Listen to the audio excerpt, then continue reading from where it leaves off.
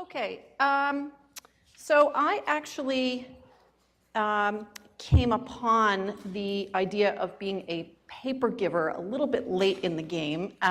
So what I've done here is really, I guess I would frame it as a meditation on Michael's conference theme by a historian, me. It's not my original research. But it is something I want to think through with you and just see where it leads us to thinking about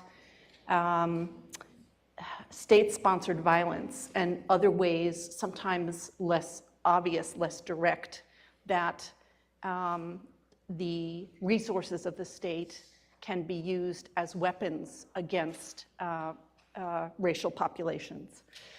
So I'm leaning heavily on the work by a number of other historians, including Rick Carrick, John C. McWilliams,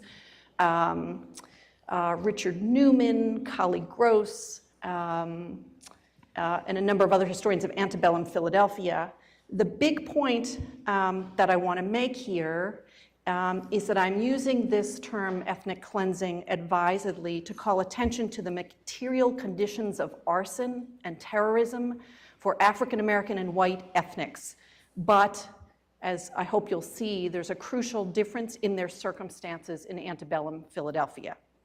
The crucible of state formation, and especially its forms in municipal government, are localist, populist, violent, and racist, and out of this crucible emerge state institutions with similar characteristics: localist, populist, violent, and racist wiring in those institutions.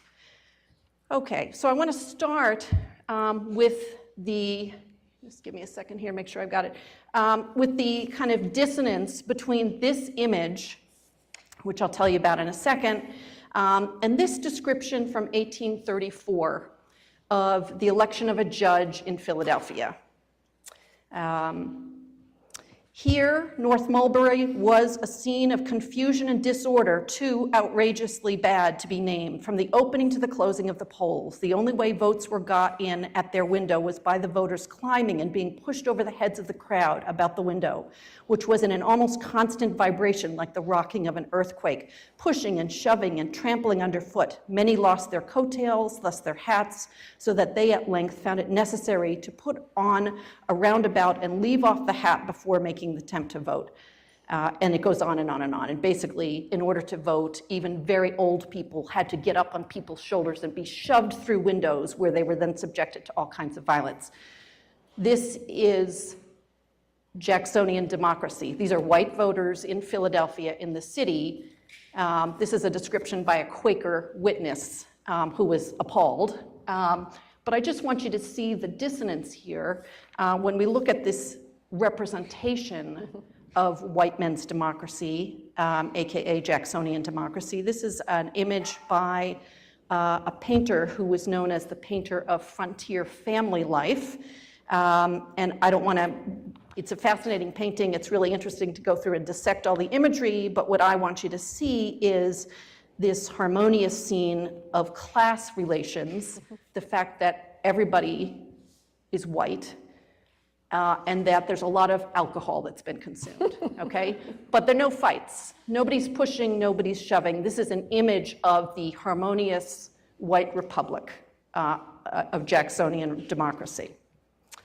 Okay, so what I want to do is really focus on the scenes, the norms of violence in the city of Philadelphia in this period. So I'm going to take us to some images by white cartoonists that are fairly stock racist images from this period.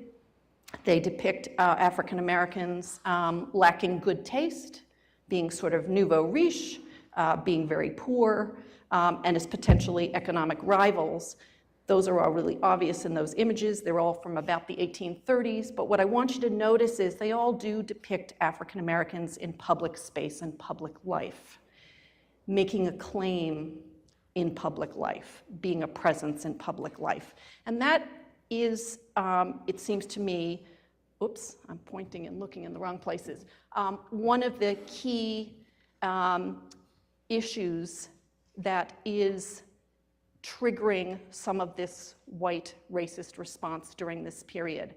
One of the other issues has to do with what was during the 1830s a brief moment of genuine interracial collaboration among abolitionists, with Philadelphia as an epicenter of that collaboration. And again, I won't go through all these well-known figures, but it is this moment where we get this amazing collaboration that does not last, that splinters by the 1840s, and much of the action occurs in Philadelphia. Anti-abolitionist violence is common during this period. Again, this is not anything new that I'm telling you about. Abolitionist meeting spaces, people believed to be abolitionists were attacked by white mobs. This is a cartoon showing one of those attacks in Boston in 1835, and the skinny guy in the long coat in the middle is William Lloyd Garrison. And there were images like this that were circulated, and these scenes were repeated. And what seems to have been at issue were two central fears that get represented in racist cartooning of the period. One is a fear of male racial equality. This piece that I have up here is by Edward Clay. It's part of an anti-abolition series published in 1839 called the Amalgamation Series. That word amalgamation first comes into usage in 1837. What I want you to notice, beside the fact that every white woman in that image is partnered with an African-American man, is that the white men have been relegated to a gallery in the back, right? They're onlookers to the main action that is taking place in this ballroom space. Okay, the other big fear that seems to have been part of the trigger for white racist violence against abolitionists had to do with the presence of white women in public. These are somewhat later images. One of them shows, well, they both show what can happen if you let white women into the public sphere. So on, let's see, your right, the bloomer costumes, that's from about 1851. And of course, the women are also smoking. That's actually important. They're wearing pants, basically, and they're smoking, which is what would happen if you let women into public. But then you also have the scene to the left of that, which is a white woman and a white man actually literally fighting over who's going to wear the trousers, and the women are getting the better end of it. Okay, so some of this is stuff we all know. Nothing that surprising. What I want to do now, though, is look specifically at this larger context of violence, of political will manifested through violence, and specifically look at riots and attacks that involve arson. I've got this composite list here for you of ethnic and racial violence. Many of these attacks take place in suburban neighborhoods that are not yet incorporated into the city of Philadelphia: Kensington, Southwark, Myominsing. These suburban districts have in common that they are generally populated by poor people. They are overcrowded. They are viewed as being very unhealthy, and the populations are predominantly African American and Irish Catholic. So I'm not going to go through this whole list. There's a few of these attacks that I want to focus on specifically. But what I want to mention is that in many of these attacks, there are home invasions, there is looting, people's personal homes, but businesses, schools, and churches are all targeted. The institutions that populations create when they are trying to thrive in an urban environment. And as we'll see in many of these cases, the number of people killed, and I'm not one to measure atrocity by numbers or to have a competition over atrocity, but it does tell us, because those numbers are quite low, despite these huge numbers of attack on people's stuff, that there is something else going on here that we need to pay attention to. All right, so why is arson such a big deal? And why am I urging us to see it as a key of state complicity in racial violence? Why make a comparison to ethnic cleansing that is inherently ahistorical? And I'm supposed to be a historian. Okay, well, a little bit about the material circumstances of fire, arson, and firefighting during this period help us to kind of untangle what might seem to be an almost undifferentiated period of destruction and violence. Where, what I mean by that is that both white ethnics, Catholics, and African Americans all kind of universally subjected to the same kinds of terrors and dangers of living in the city. So the first part of understanding this is to look at these fire medallions, which you actually can still see on buildings in Philadelphia in the present day. The first fire company in North America is created by none other than Benjamin Franklin in 1752. And these medallions, you know, there's still some debate about exactly what they did, but you purchased a medallion to put on your home in order to try to insure it from damage in the case of a fire. In some cases, these medallions seem to have corresponded directly to particular firefighting companies, so that a firefighting company that would be called in would know that your building needed to be saved. That seems to have been more of an English pattern than it was in Philadelphia. So these seem to have been really just a reflection of people who had tried to buy some kind of fire insurance, okay? It was expensive, as you can imagine, in those poor suburban districts in Philadelphia that are just outside of Philadelphia, the ones not yet incorporated. There were not a lot of medallions on the buildings. Okay. So then we get into the mechanics of firefighting. There's a big shift in technology in firefighting, which turns a kind of a vaguely convivial brotherhood of firefighting rivals into fierce competitors. And the shift has to do, fascinatingly, at least to me, with the infrastructure of water in the city and availability of water. The shift in technology is from buckets to hoses. Fire brigades used to pull up, they would insert something to cut up the water main, which would have been present in most city neighborhoods by soon after 1801, in order to get a supply of water, and then they would fill buckets, and then the brigade would pass the buckets to try to put out the fire wherever it was.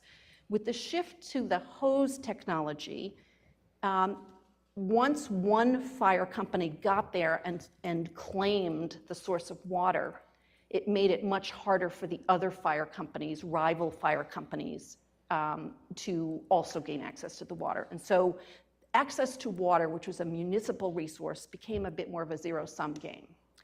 The second thing I need to say about this is that these fire companies reflected tribal identities around taverns, around churches, around neighborhoods, around political ward bosses, and these were white people.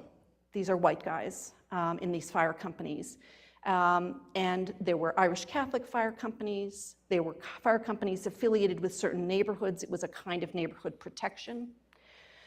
And that fact, combined with the condition of law enforcement or security in those suburban districts that were most often the victim of mob violence,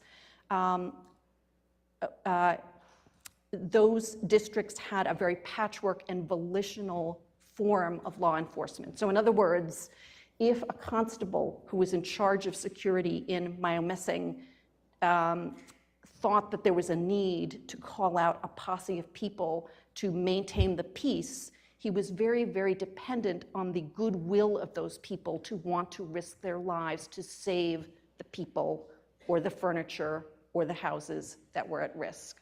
Okay, so we have these firefighting gangs, we have this very patchwork and only if I feel like sort of policing that's going on.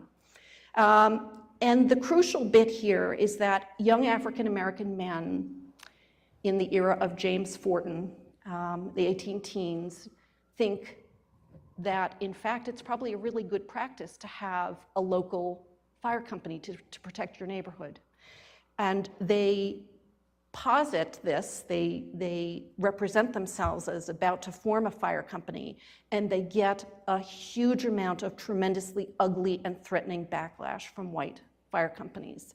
And James Fortin and other African-American leaders eventually say, like, it's not worth it. Like, more harm is going to come of pushing against this. These young men are urged instead to use supplies of water when they can get them to clean the gutters of their neighborhoods and of the city generally. And Fortin urges them to desist, and there are no African-American firefighters as part of companies until near the end of the 19th century.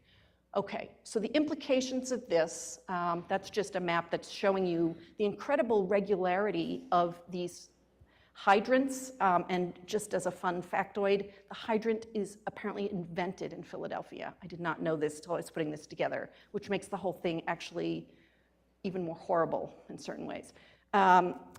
This guy invents it in 1801. He was one of the people working on the waterworks. Okay, so what happens then is, in the case of these individual attacks, I'll take this one, the Flying Horse Race Riot in 1834, African-American men, in this case, steal a fire engine. Okay, these are the engines. They were often decorated with pictures of white mermaids. I don't know, can a mermaid be white? They looked pretty white to me when I looked at it. They've got images of women. They're definitely this kind of fraternity symbol of pride. They're shined, they're buffed, everything is really polished. Young African-American men steal it. The Fairmount Engine Company, the White Brigade, seeks its retribution by attacking African-Americans at this amusement hall, and then over the next 3 nights, just rioting like crazy and burning the place down. So they destroyed black churches, orphanages, and homes in Moyamissing. The result was that many people either moved from that suburban district into the city or left for New Jersey. Only one African-American was killed, and that's what I mean. I'm not trying to engage in competitive suffering or counts of atrocities, but it does, to me, suggest that there's something else going on here. 400 to 500 white people were rioting, and they burned the place down. And I think the motive was a form of ethnic cleansing. So if do I have like 5 more minutes? I think you have a little bit more. A little bit more, okay. Yes. All right, so the best known example of this that we have comes from the burning of Pennsylvania Hall in 1838. It was intended, it was this very idealistic project by abolitionist reformers. They had put thousands of dollars into it. It was supposed to serve as a central meeting place for all varieties of reformers, temperance, free labor, produce, abolition. They just got the space up and running, and it was burned to the ground by a mob within 2 days of being opened. The trigger for the mob in this case appears to have been, since this was still the 1830s, this interracial and mixed-sex gathering of reformers who were speaking. As the speakers were engaged in their meeting inside, they could hear the sound of rocks being thrown and angry taunts, and for their own safety, they left arm in arm, white people and black people together. Again, this is the 1830s, and it kind of falls apart after that. That night, the crowd comes and sets fire to the building and burns it to the ground. And what I want you to see here is the quite important scene. It's a little bit small, it's hard to see. Those are fire companies, and they are carefully directing the stream of water to the building next to the hall. They're saving the buildings next to the hall, and they're letting the hall burn, okay? And that's what I mean about the politics of arson and its connection to fire brigades.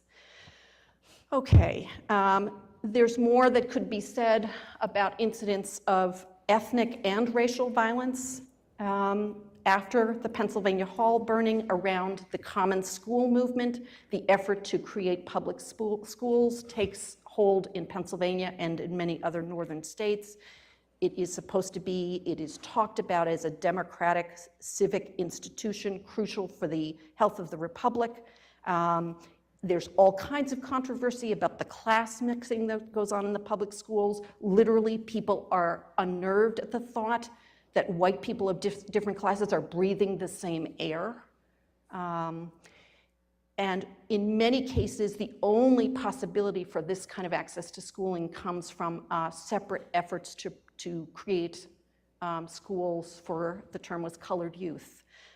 These then become targets for arson, as they do in Philadelphia.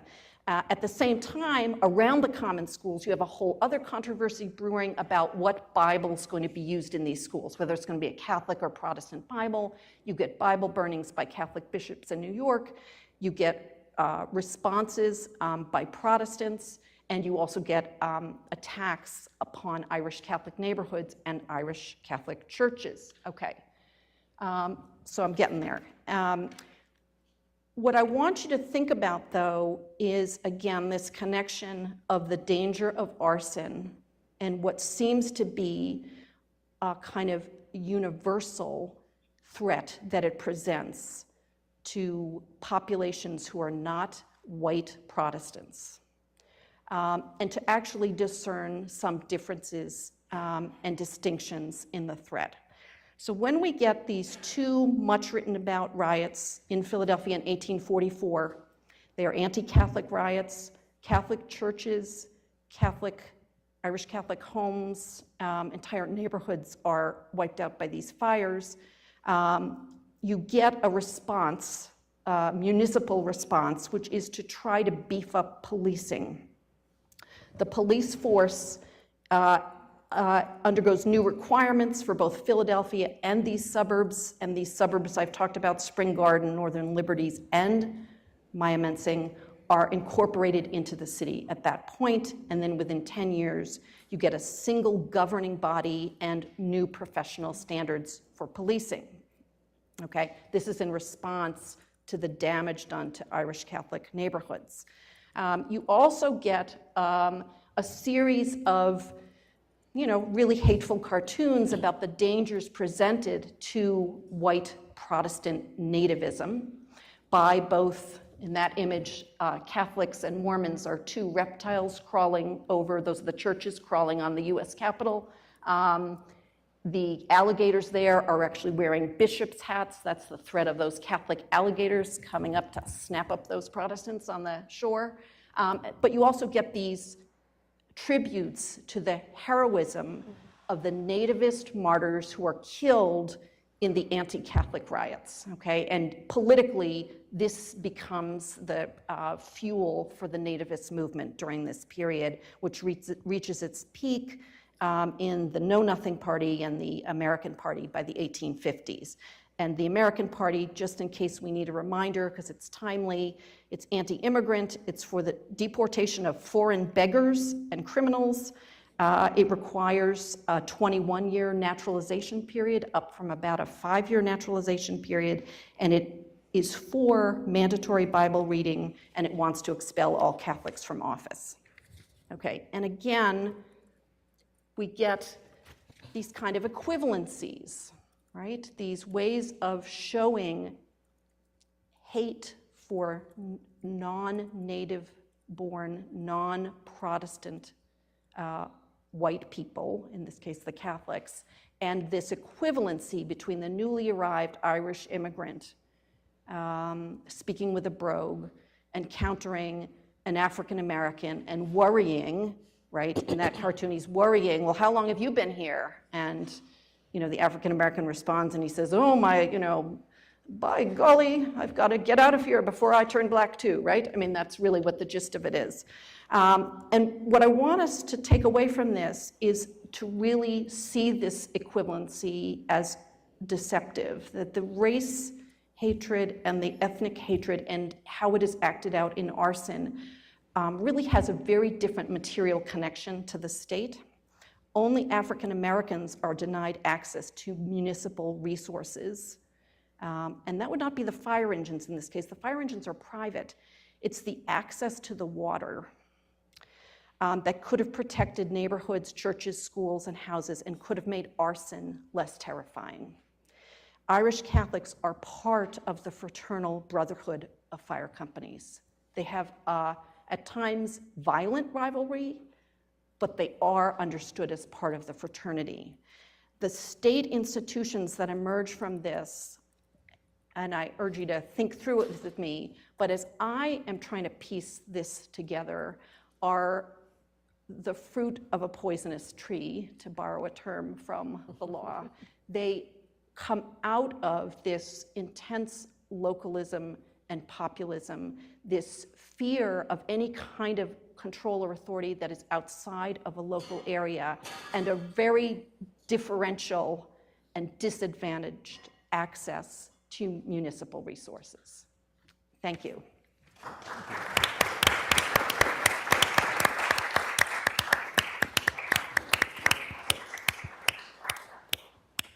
Turn next to Dorothy Roberts from the law school. Yes, and sociology and Africana sociology. studies. And Thank you. Africana studies.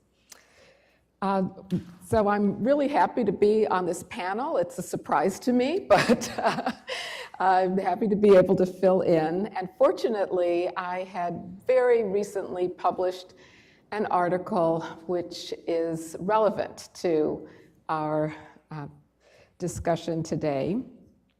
I did not have time to prepare slides, so I don't have any, although as I'm sitting here, I'm thinking of so many I have that would be interesting counterparts to your slides, but 21st century instead of 19th century. Yes. Would have been fascinating to do that, but I just didn't have time.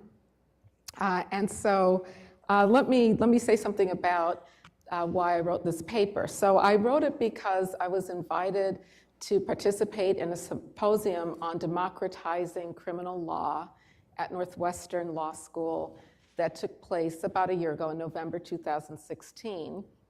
And the idea was to bring together experts in criminal law from around the country to take up the project of how could we make criminal law more democratic. And as I thought about it and thought about my scholarship over almost 30 years, I've been writing about criminal law. My very first law review article was about criminal law. And I was teaching criminal law to first-year students last year as well. I realized that I could think about my scholarship as a democratizing project.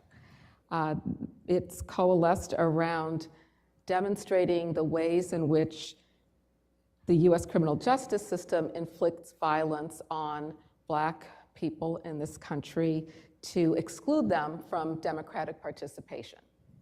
So I've always written about the criminal law as an anti-democratic institution serving an anti-democratic function targeted at African Americans. Now, most of the papers, though, presented at the conference, and I think a lot of criminological, sociological, legal, political scholarship on this question focuses on why Black people aren't more law-abiding. This is I don't know if you're familiar with the scholarship, some of you might be, but this is a big project that cuts across sociology and law and political science and criminology. How do we improve relations between Black people and the police so that Black people will once again have confidence in the police and stop breaking the law, and then we won't have any problems anymore.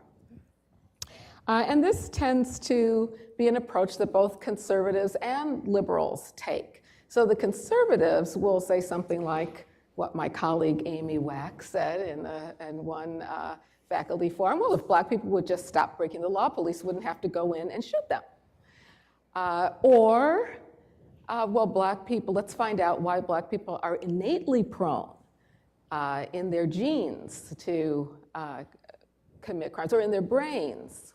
You know, there's some people looking at that right here at Penn. And then once we figure out, we can provide them with a therapy, and then we won't have a problem. actually, those are liberals who do that. Some liberals talk about that as well. Another liberal approach is, well, Black criminality is caused by their unequal social conditions. So if we just address that, then we won't have a problem.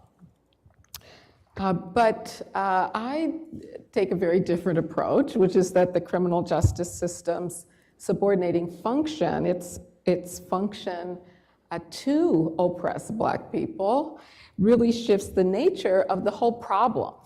So the problem isn't figuring out how to change Black people's attitudes and behaviors or bodies, it's how to change the criminal law from being so violent and anti-democratic. And in fact, if we're going to have a democratizing project, it would have to require, first and foremost, eliminating the criminal law's anti-democratic function. So that's what I want to talk about. In other words, the problem isn't Black communities' alienation from the law. That's often how it's described, because the criminal law is not democratic enough. The problem is that the criminal law violently excludes Black people from democratic participation. And it's not that we have to figure out how to include more Black people in an anti-democratic institution, or to figure out, this is the way it was framed by many of the speakers, improve the bureaucratic functioning of the criminal law. If it's a bureaucracy that is intended to be anti-democratic, improving its functioning is only going to make it more anti-democratic, right? Okay, so here's some ways that I've thought about how the criminal law operates in a violent and anti-democratic way. So as an initial matter, democratizing criminal law would require acknowledging that the very definition of lawbreaking in the United States is biased against Black people, and therefore permits violence against them. In other words, the law criminalizes Black people. That, like, the very definition of what is law breaking itself. That's like a very fundamental question before you even get to how is the criminal law enforced? What's the criminal law's relationship to Black people? So in my very first article, published in 1991, it was called Punishing Drug Addicts Who Have Babies. And it was published during the height of the so-called crack epidemic. And I argued that racism was critical to turning the public health problem of drug use during pregnancy into a crime. And it was addressed at the time by locking up Black women rather than providing them with needed health care. And I argued that it was these prosecutions were targeted at Black women because of a long history of devaluing Black motherhood, and their purpose wasn't to protect unborn Black children, it was to punish these women for their childbearing. So prosecutors around the country at the time were identifying prenatal drug use as a crime and using existing criminal law statutes like assault with a deadly weapon, child abuse and neglect, even distribution of drugs to a minor, to prosecute Black women who smoke crack during pregnancy. And this also was fueled by the media image of the so-called crack baby and the so-called pregnant crack addict, who were treated differently than any other children exposed to drugs had ever been or has ever been. And this could be another talk, but think about the contrast with how the opioid epidemic is being treated. In fact, just last week, Melania Trump announced that her mission, she said, has to find something to do in the White House that seems to have something to do with improving lives in the United States. So she's decided to focus on being the voice for the victims of the opioid epidemic. And there's pictures of her sitting in a clinic or an organization that's devoted to a sympathetic approach to pregnant women who are addicted to opioids, and they're all white. Everybody surrounding her is white. Okay, you can contrast that to the attitude about Black women who smoke crack cocaine during pregnancy. They were treated as total monsters, not even human beings anymore. I mean, the idea was that crack deprived them of maternal instinct, and their babies, the so-called crack babies, they were literally called monsters in the press, devoid of any social consciousness. They were destined to be criminals and drug addicts themselves and welfare dependents and that kind of thing. But all of that was necessary in order to create this new crime. It wasn't a crime before to use drugs while pregnant, and to distinguish that from the protection to the right to abortion, because here you have a pregnant woman punished for her harm to a fetus. So of course, you have to figure out how does that mesh with the constitutional protection of the right to abortion. Another talk, because it actually is a conflict, and all of these laws are a huge danger to women's health around the country, but fueled and started on the backs of poor, cash poor women, Black women who smoke crack. So treating these mothers as biological threats to their children became a rationale for punishing them with astounding violence. I first got interested in this subject because when I read about what prosecutors were doing, I said, this has to be Black women, they're doing this too. At the time, the feminist literature was focused on gender, the gender aspects of it, maternal-fetal conflict. There's very little discussion about the race of these women. And as soon as I read that women were being dragged out of hospital wards, still bleeding, told to sit on a towel and locked up in the Charleston County Jail, for example, I said, I know these are Black women. And sure enough, I looked into it. Fortunately, the ACLU had developed a memo with the lawyers who were representing women around the country. I called up the lawyers, what's the race of your client? 80% said they're Black. So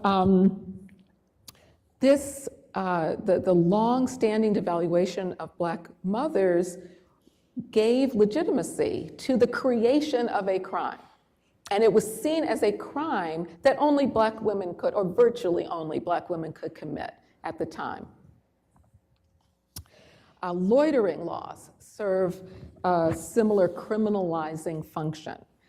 Now, there are a number of social norm theorists in criminology and sociology and law, again, who claim that order maintenance policies actually benefit Black communities because they promote norms of orderliness that deters crime. You know, the broken windows theory.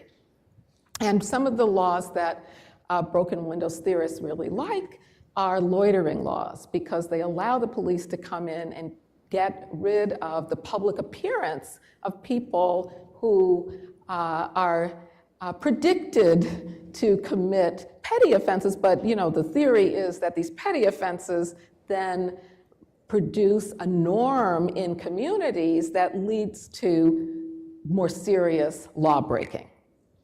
That's the broken windows theory. So if you think about it, how does that operate? The police have to be able to identify people who are law breaking without them committing a crime.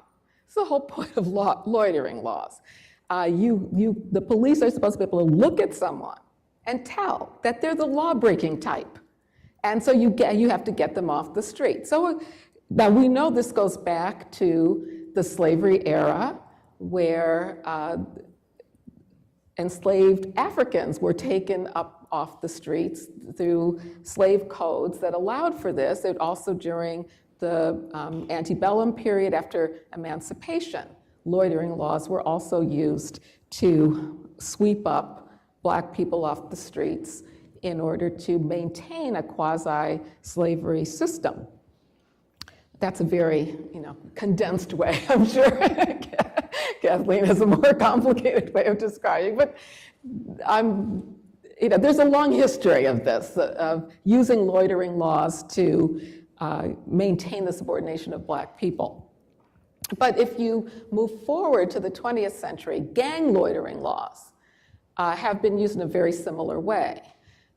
Chicago, Los Angeles, other cities have passed laws that give police wide discretion to arrest people because they look like they belong to a gang. So in Chicago in the 1990s, I think it was, the city passed an ordinance that gave police the power to tell people who, if one of them looked like he belonged to a gang, tell groups of people with at least one gang-looking person to move along. And if they didn't move along fast enough or far enough, all of this was not specified, the police could arrest them.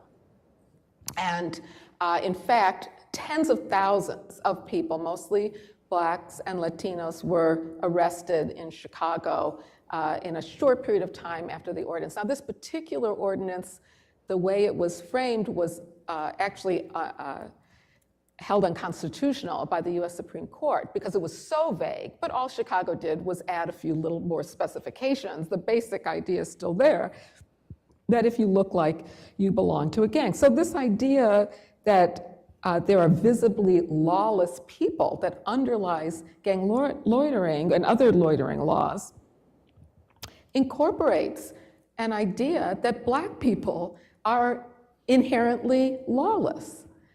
That's how you identify. In Chicago, they were not picking up white people because they were standing on their street corners.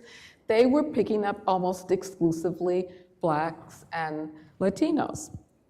And so the criminal justice system's reinforcement of this presumed association between Black people and criminality in the very determination of who's a lawbreaker or what lawbreaking is. You can't separate loitering from Blackness. It's part of the definition of what loitering is. And so it undergirds the violent, anti-democratic function of the criminal law. Okay, that's just the definition of what is lawbreaking. But if we move on to how the criminal law disenfranchises Black communities, we see that the criminal law's anti-democratic function is even more widespread. So there are a number of ways in which the criminal law disenfranchises Black people in America. We can think of mass incarceration, capital punishment, police terror, all of these major pillars of the US criminal justice system that we can all trace back to slavery, every one of them, but they survive in modern times despite supposedly democratic ideals that the United States holds. And related logic stemming from Black resistance to subordination since the time of slavery casts African Americans as a threat to the security of the US nation that has to be contained by violent law enforcement. And you can see this recently if you contrast the police response to Charlottesville and the white neo-Nazi white supremacist march, where you could see videos, the police just standing by as they're beating up people. And of course, Trump's comment that there were a lot of nice people in those crowds. with the response, the military style response to the Ferguson protest, completely different responses that reflect the view that Black people's protest is a threat and it has to be violently contained. Returning to the loitering laws, that gives another example of the way in which the law can restrict Black people's freedom of movement in order to restrain communities from political participation. Even though today they now have the assistance of modern technologies, algorithms, and computer programming that makes them seem as if they're race neutral, but in fact they incorporate racist assumptions into their functioning. This is another project that's going on here at Penn, looking at how algorithms function, but there are so many people today in policy making that think that if you put it over to a computer to figure out who's lawless, who's predicted to be lawless, it's going to be race neutral and unbiased, without acknowledging that the computer doesn't decide anything. The computer imports the data that's put into it and the functioning and the mathematical formulas that are put into it, all that reflect not only the biases of the programmers, but also the institutionalized inequities that have made Black people seem more criminal.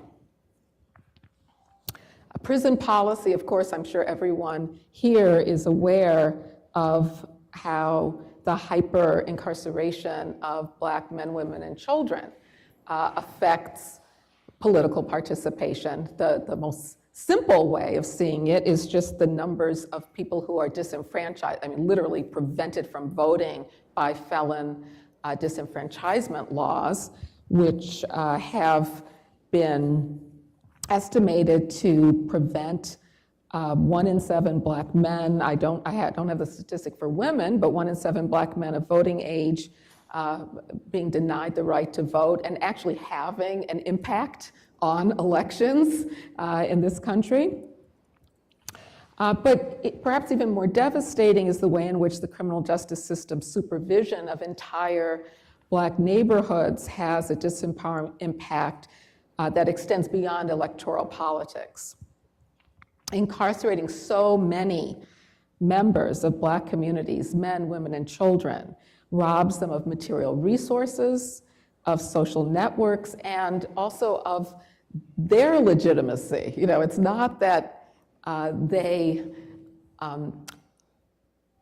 mistakenly view the police as illegitimate. The criminal justice system portrays Black people as being illegitimate participants in US democracy, because people who are incarcerated are viewed as illegitimate to participate in democracy, and in addition, there are material ways in which they're prevented from participating, even when they've left prison, and even apart from participation in voting. Also, law enforcement has silenced Black protest and political leadership directly. I just mentioned Ferguson and the brutal military assault on protesters. Also, we can think of the assassination of political leaders like Dr. Martin Luther King Jr., or whether that was state-sponsored or not is a matter of debate, but he was certainly jailed multiple times by state agents. And the assassination of Fred Hampton in Chicago, we know, was committed by a collaboration of the Chicago Police Department and the FBI. Now, in addition to prisons, there's a contemporary intersection of prison, welfare, and foster care systems I've studied this primarily in Black mothers' lives, that intensifies the criminal law's violent and anti-democratic function. All three of these systems, welfare, public assistance, foster care, and prisons, are marked by glaring race, gender, and class disparities, with cash poor and low-income Black mothers disproportionately involved in all three of these systems. Thousands of Black women imprisoned today, mostly for nonviolent offenses, need treatment for substance abuse or support for their children, or better paying jobs, safety from abusive relationships, and all of these needs are treated by locking them up. Almost all Black women locked up in prison have one of these problems, and if they didn't have that problem, they would not be in prison. And the problems are not, there's some innate problem that they have. It's problems created by inequities in our society. Since Congress abolished the federal entitlement to welfare in 1996, fueled by racist stereotypes about the Black welfare queen, I'd love to have, your images, they're similar ones of Black women. The welfare queen is supposed to have children just to get a welfare check and then spend it all on herself. That image helped to promote the abolition of the entitlement to welfare, to aid for children in this country. And the whole system's been restructured as a behavior modification system, to regulate the sexual and reproductive decisions of cash poor mothers. Then there's the multi-billion-dollar foster care apparatus, and I was really intrigued that Professor Dos Santos began with a story of his being kidnapped as a child and put in a state institution, and the connections he made between that supposed care for children to keep them from becoming criminals with the foster care system in the United States. Well, I'm making that connection, but he made the connection between that and state violence by police. And they're very similar. I don't have time to go into all the details, but very similar parallels and connections and entanglements between the US foster care system, which disproportionately takes Black children from their mothers and puts them in state institutions or under the custody of the state.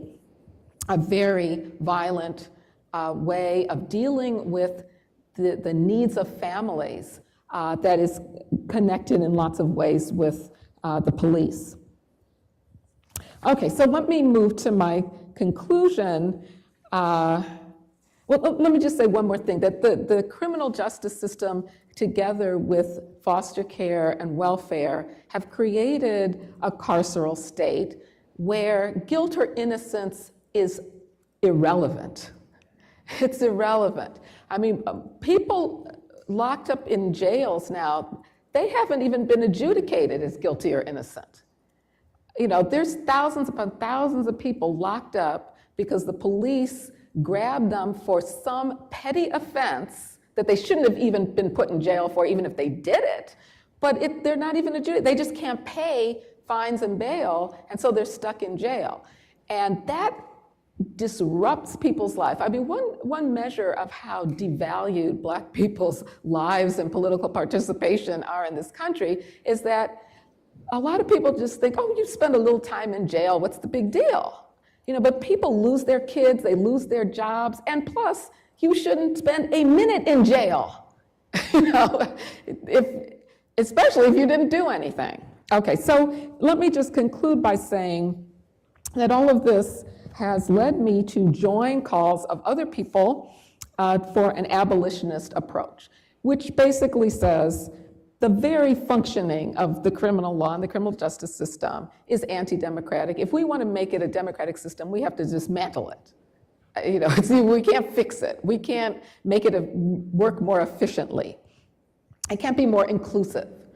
And I will just refer to the work of Black feminists who, in the domestic violence context, who have been thinking through what it would mean to address violence in Black communities without relying on a violent law enforcement system.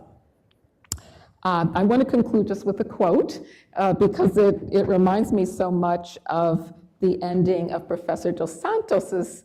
I'm realizing he doesn't know. Okay, translate. He may not know what I'm saying. For all he knows, I'm looking over here and smiling, but saying something. Okay.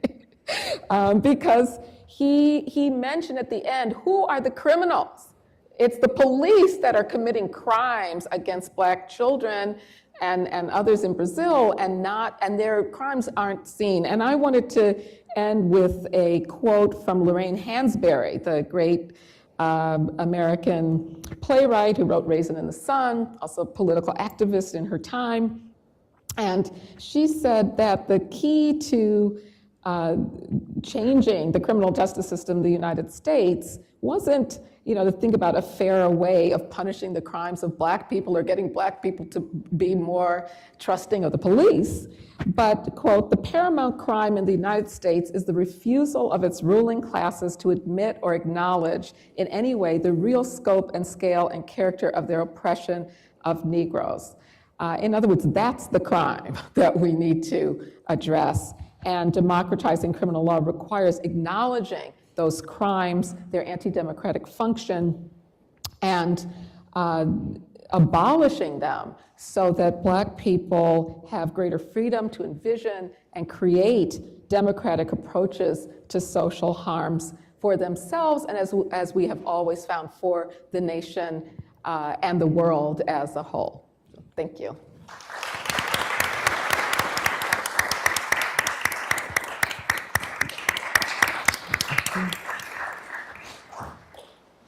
So I'm just going to say a few words. I joined the faculty here at Penn about a year ago. This conference makes me feel so fortunate to be here at Penn. This gathering put together by Professor Michael Henschard and to have colleagues as wonderful as Professors Brown and Professors Robert. This expertise that they've brought here to this discussion of the American case allows us to begin thinking about, so what is it exactly that we can learn from this discussion of the United States that can help us illuminate or further this conversation that we're having about violence and race, not just in this country, but across the Americas and in other parts of the world. I want to touch on two themes. One is this theme that Professor Roberts brings up, which is who gets to define what violence is in the first place, and the consequences of that. And a theme in Professor Brown's comments about the longer-term impact of violence, what I want to call the imprint of violence, the way that violence has a resonance that goes beyond that moment and shapes social relations, the very physical structure of the city, well beyond that moment. So we tend to think of violence as, again, something that's an instant, that takes place, has an effect, it's done. But I think what we can take away is that these instances of violence, particularly in the 19th century, keeping in mind that the African-American population in 19th century Philadelphia was very small relative to the total population. And it was when Du Bois was doing his study in the 1890s, it was African-Americans maybe 4% of the population. So I don't want to contradict you. It's actually, it's very large compared to most other cities on the East Coast. Yes. Okay, at that point, yes. Early in the 19th century. Yes, I shouldn't, God forbid. Right, I mean, notice I didn't have numbers in my answer, Yes. though. So you took a stab Yes. at numbers. Yes. But my, I was reading Du Bois recently, Yeah. and it's in the 1890s. I was struck by how small as a Right. percentage it was. And the other thing that struck me is Du Bois is talking about imprisonment of African Americans, that African Americans make up a much larger proportion of the city's imprisoned population, I think making up somewhere around 30% of the Wow. imprisoned. And this is in the 1890s, before the Great Migration. The riots that you describe in the 1840s have parallels at other moments in time.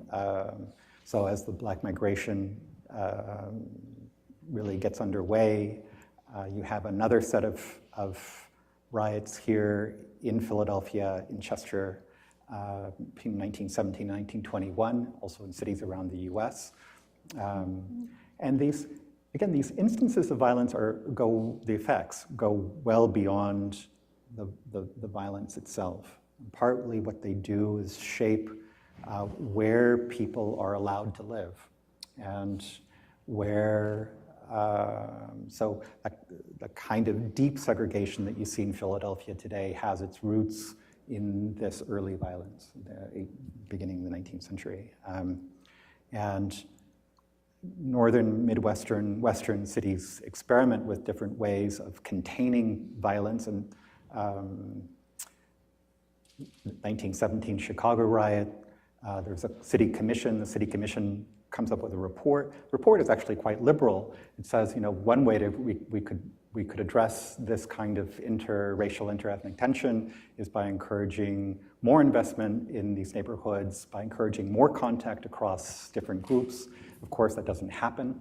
What ends up happening instead is an attempt to separate neighborhoods.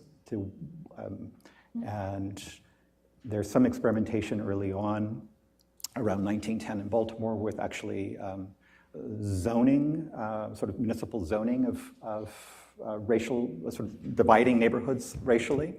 So saying, African Americans are going to live over there, whites are going to live over there. That's struck down as being unconstitutional. The replacement that gets implemented soon after that is are racial restrictive covenants, which are private arrangements between buyers and sellers, but which have much the same effect, sort of designating zones that are going to be largely white, and zones that are going to be Black or Asian, or in some parts of the country, Latino. But it's the longer imprint of violence, I think that this American case helps illuminate that there's a long-term impact, which we see in Philadelphia today. The definition of violence, who's a criminal, who's not, when is someone dangerous, when is someone not. Charlottesville, the events in Charlottesville are not that far behind us. I was struck in seeing the photographs and footage of Charlottesville events, of seeing a group of men with torches and another group of militiamen with heavily armed with guns, and thinking, so as a thought experiment, what if those people had been Black, or if those people had been Latino? Like, what would the reaction have been? Would the reaction of the media or the police or the governor of the state of Virginia been as passive as it was? And I think we could all shake our heads and go, absolutely not. Yeah. Who's seen as dangerous, and what the longer term effects of that is. Mm-hmm. I think another thing that Professor Roberts' comments bring up is that there's a kind of implicit violence in the institutions themselves, mm-hmm. that the ways that laws are implemented, the We think of violence as being physical violence. And I think one of the things that your remarks raise is that not all violence is physical. You can have incredibly disruptive effects on families, incredibly disruptive effects on social relationships, on people's opportunities, future opportunities, without it being physical. And we think, we think conceptually of violence as being physical violence. The last thing I want to touch on is the effects on political voice. And it's not just shaping people's life chances, but the opportunity they have to affect change. And so you mentioned briefly felony disenfranchisement. So a number of states still make it either impossible or very hard for ex-felons to recover their voting rights. There are still 7 states, you mentioned the payment of fines. If you owe fines to the state, there are still a number of states that make it impossible. They do not allow you to exercise your right to vote if you owe fines. I think it's hugely problematic. So thinking about the imprint of violence, this long tail of violence, the effects that it has well beyond the moment, I think is one thing that these comments raise. And then thinking about how we think of violence itself, who gets to define it, and that it can have a non-physical mode is another thing I think we should take away from these presentations. Is it okay if I just reflect on that a second? Sure. Yes. I think that's where we're at, right? We have some time to... Okay.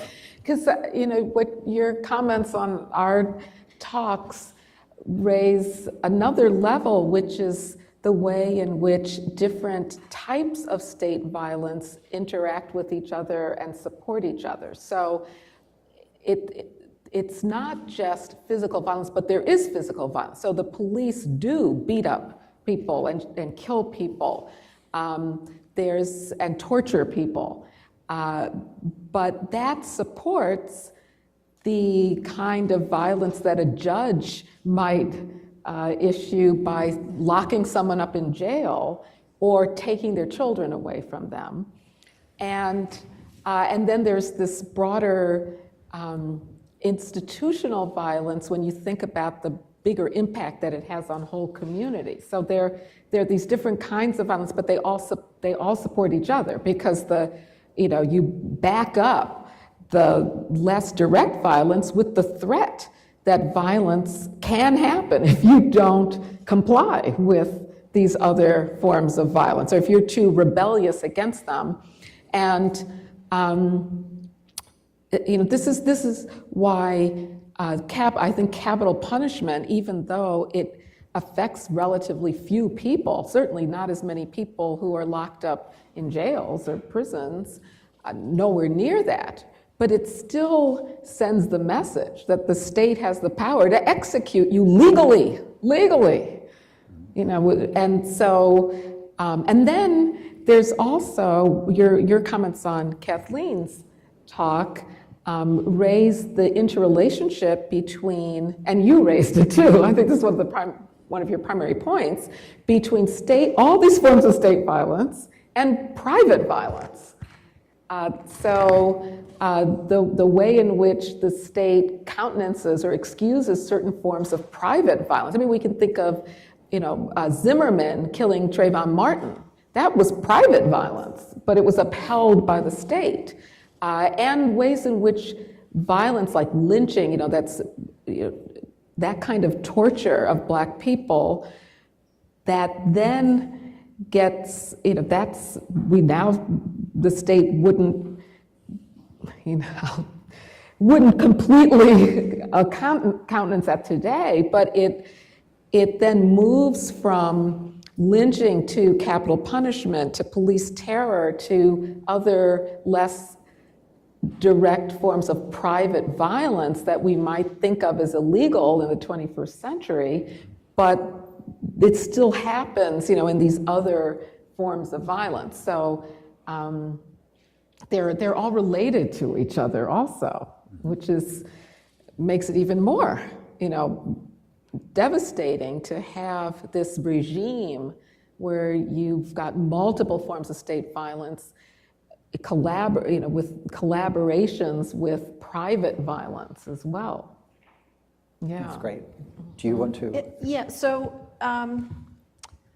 sort of a couple random thoughts. And as a historian, my random thoughts sometimes take me way back to the 18th century.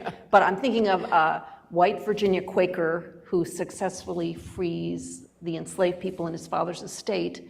And no sooner does he do it than all of these white neighbors start getting in touch with him, basically saying, your black people aren't working, and it's setting a really bad example for my black people because they're still slaves. And just even the fact of not being enslaved itself becomes a sign of disorderly conduct, right? So just to speak to the long roots of that. But the other thing, I guess, I do think, and I might have misunderstood what you were saying, Michael, but I think when somebody is forced to do anything against their will, even if they're not beaten, that's violent. Like if you can't get out, right? If you're in jail, you might be handled with kid gloves. They might do that thing where they put your head down so you don't bump your head on the police car, but you can't see your kids. You might lose your job. There's also that kind of inability to be forced to go somewhere against your will.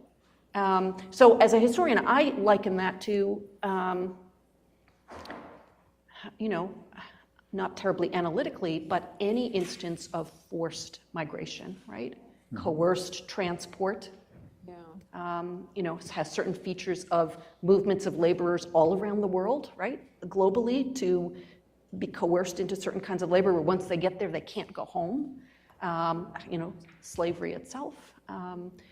So I guess I think when your will is subverted, I think of that as violence, even if there's no blood.